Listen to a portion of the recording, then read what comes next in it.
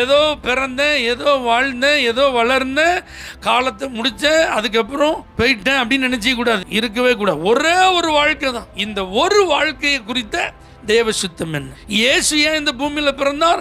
மனிதர்களின் பாவத்திலிருந்து அவர்களை மீட்க. தேவனுக்கும் மனிதனுக்கும் இருந்த பிளவை அவர் சரி பண்ண, நித்திய ஜீவனை கொடுக்க இயேசு இந்த பூமிக்கு என்ன செய்தார்?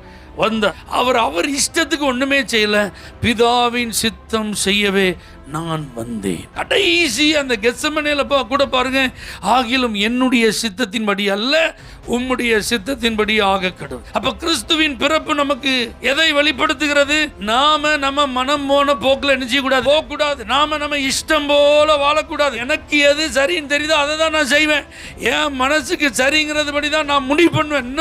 நாம் அப்படி ஒரு நாள் என்ன செய்யக்கூடாது? தீர்மானம் பண்ணக்கூடாது. ஏன்னா நம்ம வாழ்வை குறித்து ஆண்டவருக்கு என்ன இருக்கு? ஒரு நல்ல நோக்கம் இருக்கிறது.